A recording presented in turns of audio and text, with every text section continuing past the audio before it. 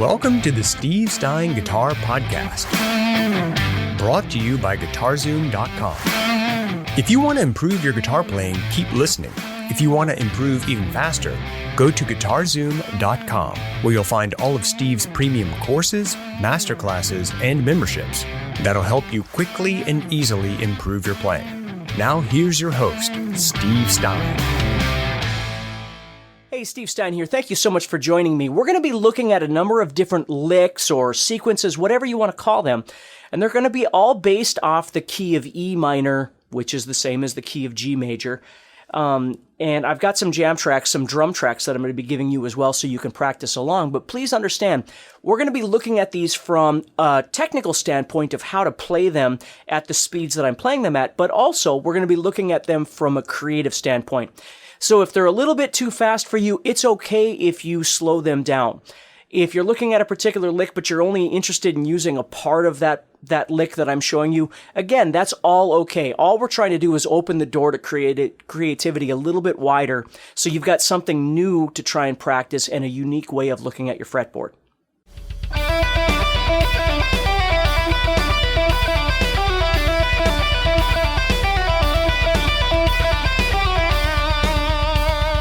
All right, so in this first lick, what we're doing is we're looking at something again in E minor. It's at 115 beats per minute. That's how fast the drum track is that I'm playing along with.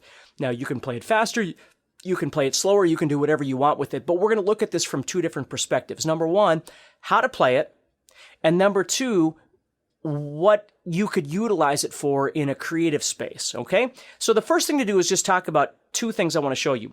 The lick itself looks like this.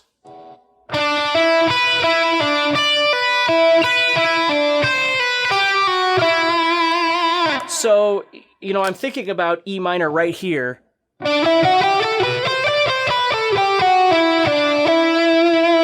So I'm just kind of seeing that position right there, whatever you'd like to call that, but that's what I'm seeing is 10-8-7. But instead of just playing it as a scale like I'm doing right now, what I always like to do is I like to get creative in a couple of different ways. Number one is I love wider intervals. And I don't think consciously about a fourth or a fifth or something like that. As much as I do, I'm just trying to make something that is a bit more interesting to the ear. It's more fun for me to play. It's what I enjoy doing. And oftentimes it's more interesting for the listener. And what I mean by that is, let's say we were playing in 4/4 time, which I am, okay? But we make a lick that fits very nicely into the 4/4 box. Something like this. If I was going 1 and 2 and 3 and 4 and 1 and 2 and 3 and 4 and you'll notice that 1, 2, 3, 4 are all getting these accented notes, which there's nothing wrong with. Nothing at all. But it's just not very exciting. So what I try and do is I try and change up the style of the lick, so I'm using those wider intervals, but I'm also utilizing key accented notes, but they're not all winding up on 1 and 2 and 3 and 4. Let me show you what I mean. So with this particular lick, what we've got here is...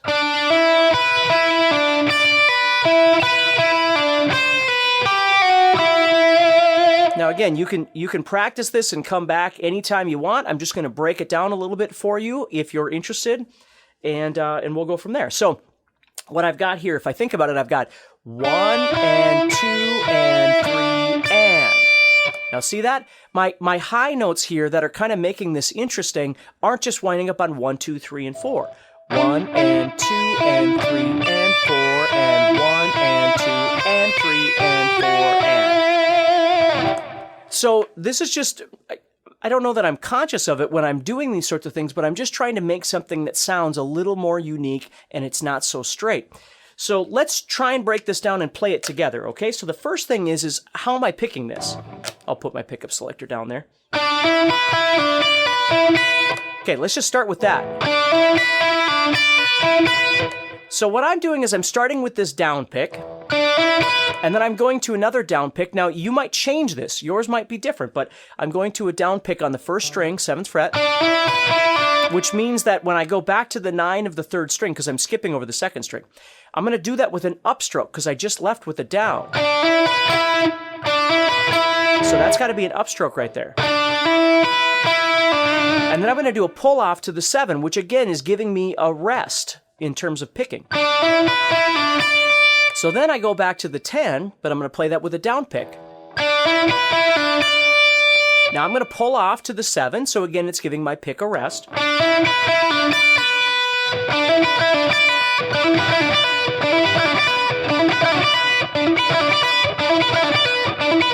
And you could just start by practicing that over and over and over.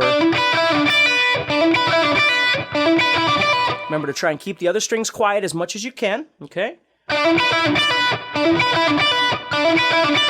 Okay, now when I get done with that, I've got to play the 9 of the 3rd string and the 1 of the 1st string again, or the 7 of the 1st string, excuse me.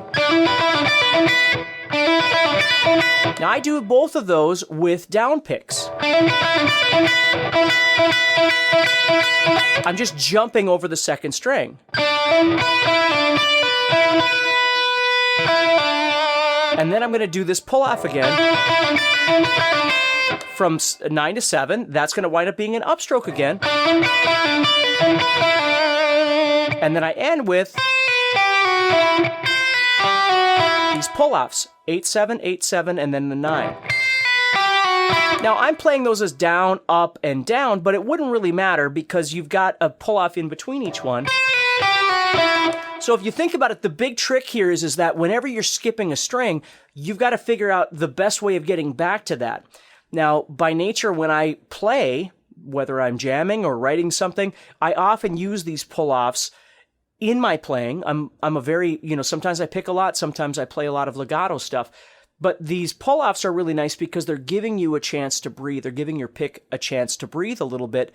So the trick here is making sure that your pull-offs, because we don't have any hammer-ons in this one, but make sure that your pull-offs are really dynamic, right? You're really getting an effective pull-off when you do these.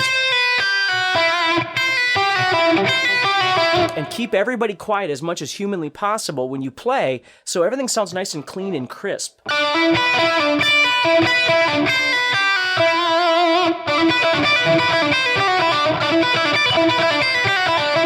Now here's the trick. So when I get done, I'm ending on this 9 here, and I'm doing a pull off to 7. But the 7 is technically the downbeat. It's the first beat to start all over again. I am not picking that. Okay, so when I go...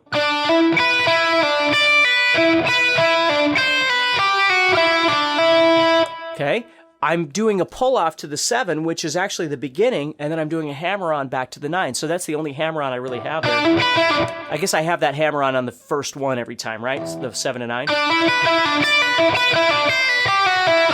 So that would be the one hammer-on that I'd have in this entire thing. So the trick here is as you're hearing this...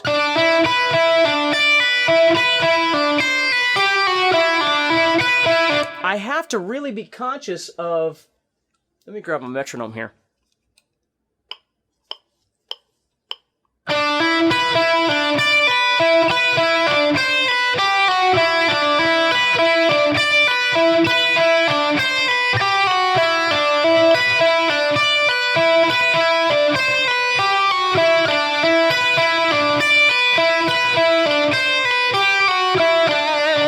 You see? I got to be real conscious of the beat itself to make sure that I'm lining everything up. And that's why I love to practice with a drum track or a metronome.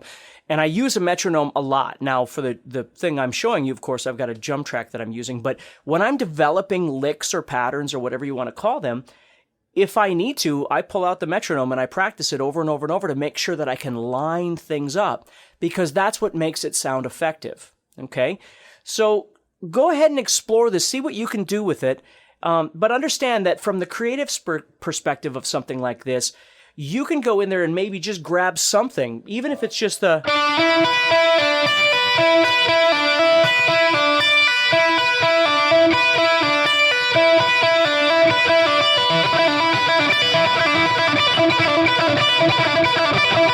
something like that, or whatever it is that you like.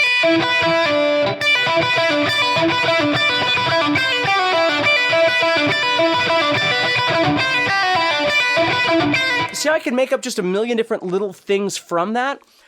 I just make sure that I don't throw myself in the weeds when I do that, because then all of a sudden I've got 17 little things and I'm not practicing any one thing. So I try and start with something that I really like, and then I develop it, and then I kind of make it part of my playing. So if I was jamming, I might use this entire thing, but I am very much aware of that string skipping concept.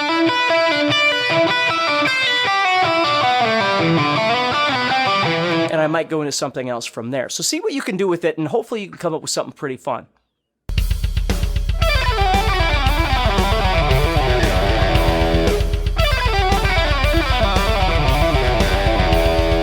All right, now we're going to shift gears a little bit. We're still going to be in E minor, and we're still going to be at 115 beats per minute. But now what we're doing is we're force fitting a lick to fit into a particular amount of time. And this is more something that you would see with Joe Satriani or maybe Yngwie Malmsteen or something like that. Now, I'm playing this all legato, and the reason is for the strength purpose of trying to learn a technique like this, but you could pick them or do whatever you want. So let's take a look at this thing. So what I'm going to do here is I'm going to play this lick.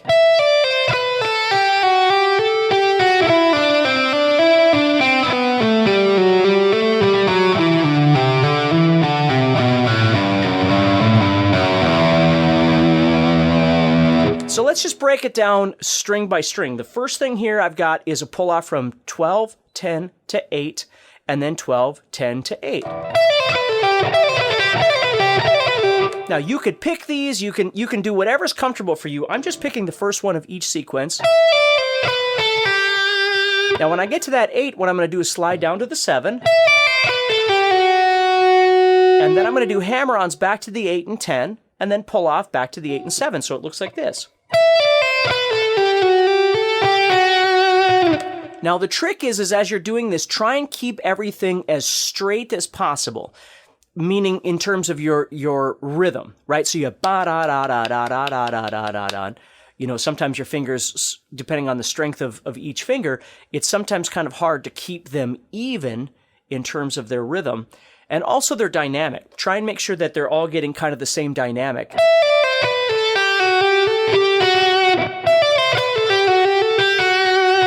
Okay, so don't really worry about trying to count it at this point. What we're going to do is we're going to force this into a particular amount of time here. Then what I'm going to do is I'm going to go down to the next string, and I'm going to do this. So I'm on 9, 7, 5. So I'm doing pull-offs, hammer-ons, and then pull-offs again. So it looks like this.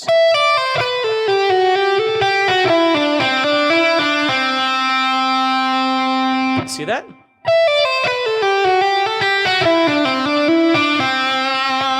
Then I'm going to go to this string. I'm going to do the same thing that I started with.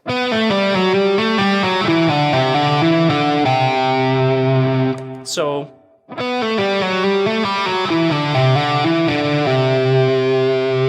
okay, so I have this now.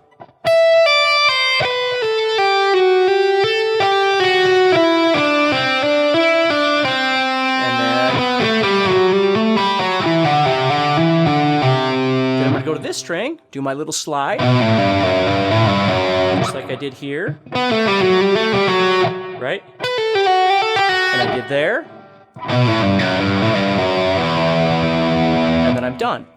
So if you think about it, I've got this group, and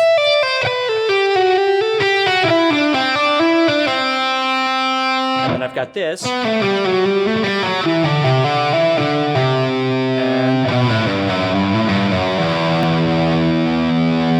okay, so if I put the whole thing together, now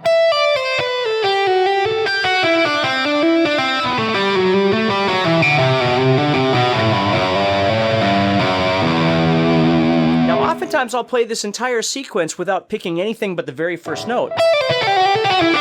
Sorry. Okay, so I'm just picking that first note to get things started, and then I don't pick again. I just hold the strings quiet as I play.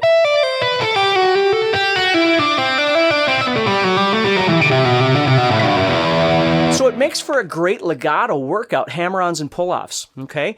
Now, if that's really hard for you, you need to find where the best places are to pick, to interject a pick in there.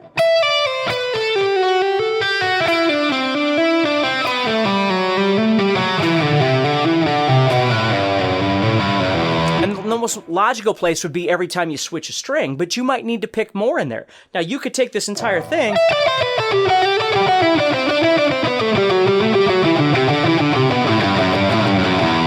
and pick it all if you wanted to. You know, something like that, and that would be fine too. If you're enjoying this episode and you'd like to support the podcast, go to GuitarZoom.com and consider becoming a premium member. There are 3 memberships to choose from. VIP, which gives you instant access to a library of short but powerful courses as well as new bite-sized lessons each month. There's also Play Songs that gives you step-by-step lessons so you can learn to play your favorite songs fast.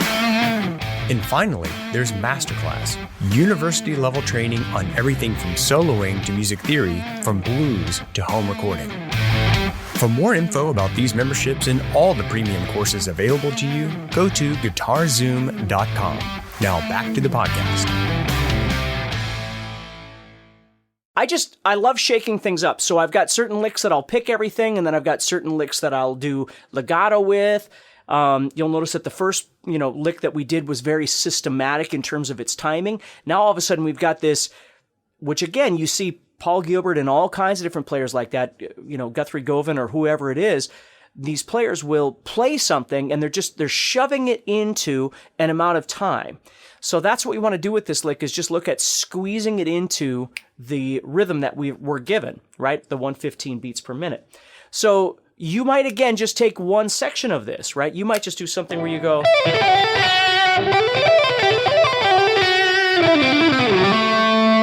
like Satriani. It always seems like he stops on the top side when he does these kind of... There's lots of cool things like that you can do too. So explore it, have some fun with it, and don't be in a hurry. See if there's something really valuable that you could get out of this.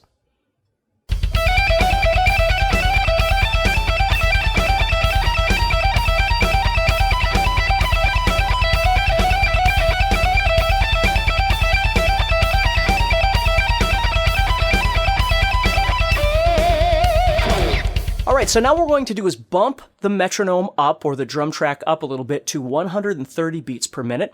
And this particular idea is going to be in E minor, but we're leaving the traditional E minor scale a little bit to make it sound a bit more exotic. So I think this would be a really great idea that you could use when you're playing something hard rock or metal or something like that. So let's take a look at this and just break it down. First of all, the entire thing is going to be picked, okay? What we're going to be doing is playing 12, 14, 15 on the first string, and I'm going to be using these 3 fingers, okay? Normally, we learn, you have 4 fingers for 4 frets, so if you're playing 12, 14, 15, you'd probably use 1, 3, and 4. Okay, in this case, we need something else, and the reason is because we have the rest of the lick that we need to get to. So what we're going to do is we're going to play 12, 14, 15, and we're going to do that 5 times. And then we're going to end with a 0, or a 12, excuse me.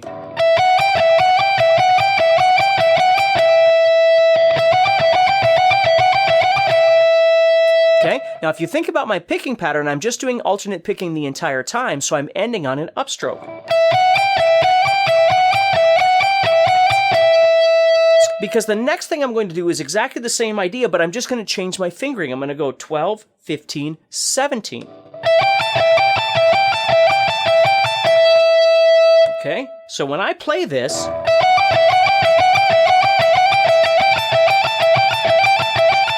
what I want you to notice is I actually play my first finger, my middle finger, and my pinky. Now that might feel really uncomfortable for you, but you'll get the idea as we keep going. You do not have to do the same thing I'm doing. I just want to explain to you why this is happening. So when I go to this 12, 15, 17, I'm using first, middle, and pinky. Because again, the lick is going to continue on, okay?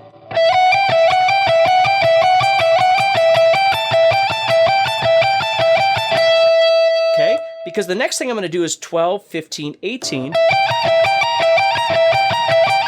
Same exact idea, and then 12, 15, 19. Okay, So if you look at this, if we put the whole thing together,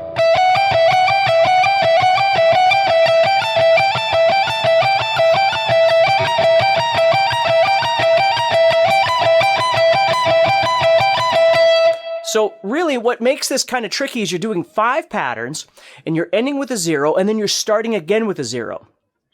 Now in my head, I don't really separate the two. I just think of it as da da da da da da da da da da da da da da da da da da da. So that's how I think about it in my head, if that makes sense. But it's really a fun exercise and yet an effective lick that you can use.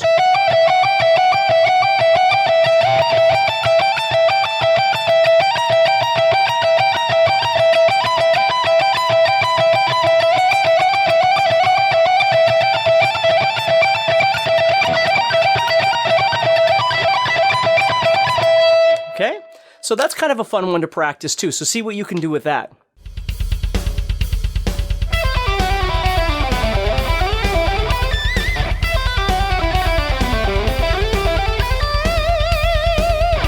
Okay, in this next lick, we're going to be looking at some larger intervallic patterns again. We're going to be incorporating some arpeggios and some more movement across the fretboard. We're still going to be in E minor, okay? But let's just take a look at this and see how this moves and see how it's going to work best for you, and then we'll start building up the speed. So the first thing we've got here is we're going to play 12 and 8 on the first string. Now I do that as a pull-off, and then I'll go to the second string, and I'll do the same thing. Do a pull-off again. And then what I do is I drop down and I play 7, 8, 7 as a slide and then a hammer-on pull-off. Which in itself is already something that's very useful for you. But then I'm going to keep going. I'm going to go to the 9th fret of the 3rd string, back to the 7, back to the 9, do a pull-off to the 7. So I have...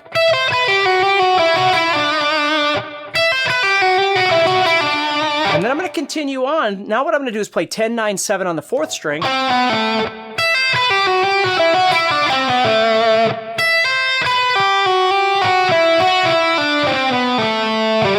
right there what I'm going to do is I'm going to slide up from the 10 with my pinky to the 12 of the 5th string, which situates me for the next thing, which is moving into this small arpeggio.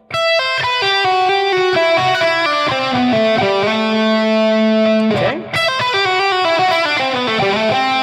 Now this note right here, which is the 10th fret of the 4th string, that's my downbeat. Okay, so if I think about it as 1 and 2 and 3 and 4 and 1 and 2 and 3 and 4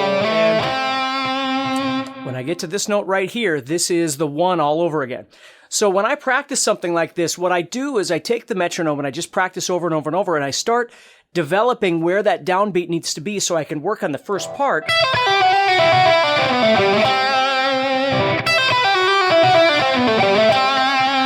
You know, just keep lining it up with that metronome as I play, and then that's how I start developing the speed. Okay, so now we're going to keep going. So now I'm here, I've got 1, 2, so there I'm going to the 9th fret of the 3rd string. 1, 2, 3.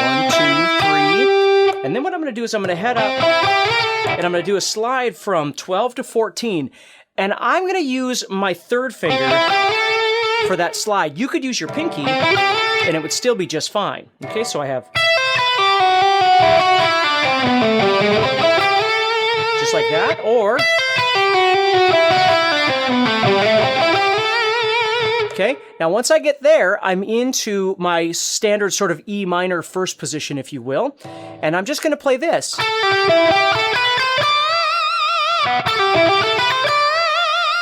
So I have...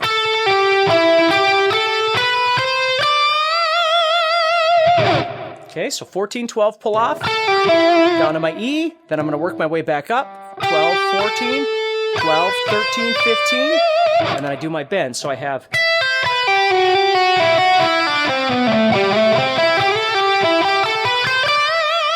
So everything's just getting 1 and 2 and 3 and 4 and 1 and 2 and 3 and 4 and 1 and 2 and 3 and 4 and... So again, my goal isn't to end this thing on a downbeat or something, and if I wanted to, I could certainly shorten it up or make it longer or whatever I need to do. It's just trying to dial it in.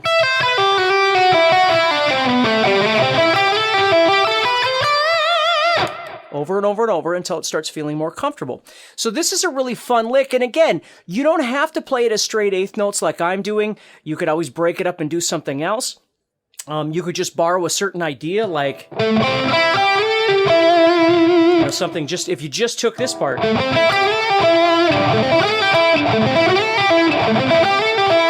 You might just like something like that, right?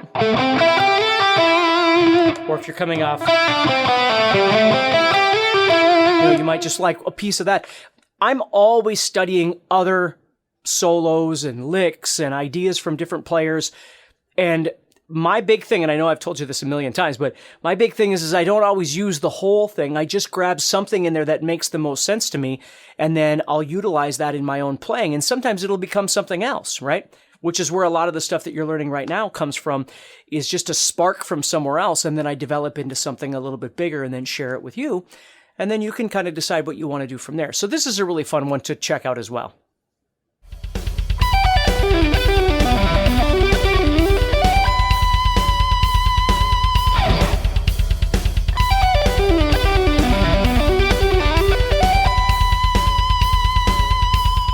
All right, so here is the final lick that we're going to be looking at, or pattern, whatever you want to call this.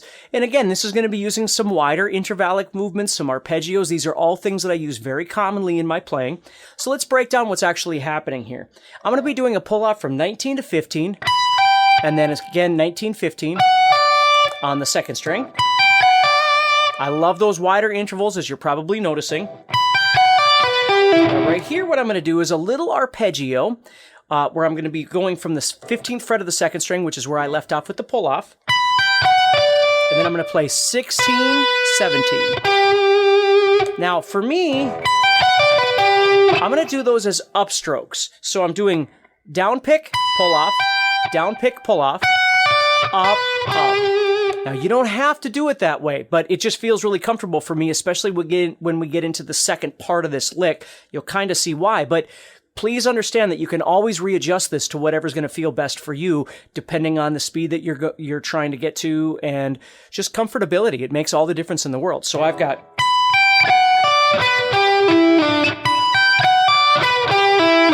So after I do those two pull-offs, I'm pulling off from the 17th fret, which you can see my third finger's on, to my first finger on the 14th fret. So I have... And then I'm going to slide back to the 12th fret.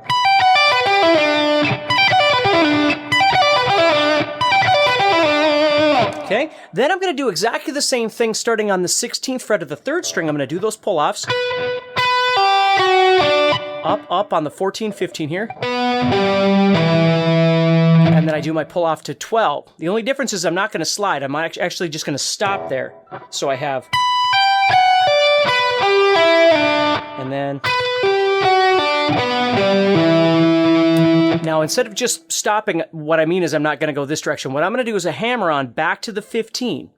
So I have,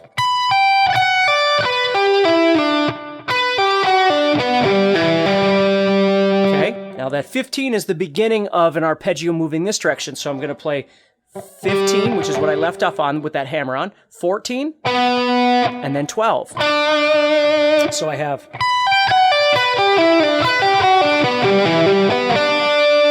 Now once I get to the 12, I'm going to do a hammer on to 16, and then go to this string and do the same thing. So I have...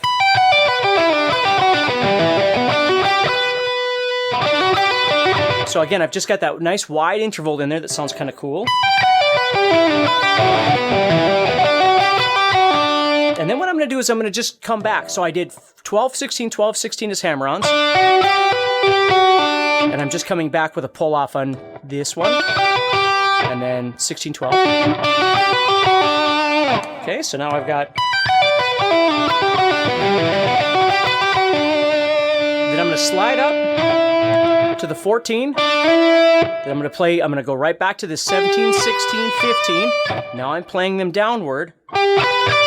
Doing my hammer on to 19. And then 15, 19.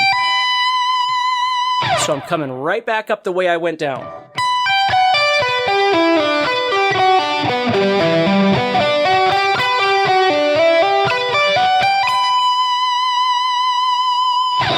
Okay, one more time for you.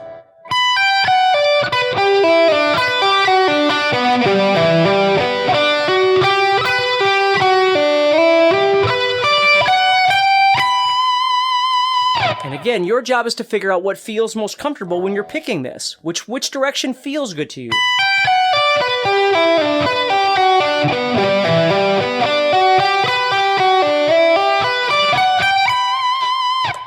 But again, you can notice it's just a straight eighth note pattern. Da da da da da da da da da da da da da da da. That's the idea. So I want to play it slow and develop my timing and really fix the bugs, figure out which way I need to pick this to make it feel most comfortable. And if you've done any work like this, you know that somewhere in there, there's a transition from playing it super slow when you could virtually pick it anyway to developing it at a bit faster pace and once you get there, you really have to start making some conscious decisions on whether you're going to use a down or an up or something like that. Again, out of comfort and out of necessity by the speed that you're trying to achieve it at. My job isn't to tell you that you have to play these things fast. That's entirely up to you. But just be aware of that, because reading the tab and watching my fingers is one thing, and you can certainly do that. But developing a comfortability so you're able to play it the way you want and execute it comfortably is an entirely different discussion. And so use what I'm doing as a palette, but understand that when I play, oftentimes the way I'm picking certain things kind of changes too. It depends on where I'm coming from. It depends on where I'm going to. But I do like to break them down and kind of think about them. So hopefully that helps you a little bit as well. Stay positive, keep practicing, and I'll talk to you soon. Next time on the Steve Stine Guitar Podcast.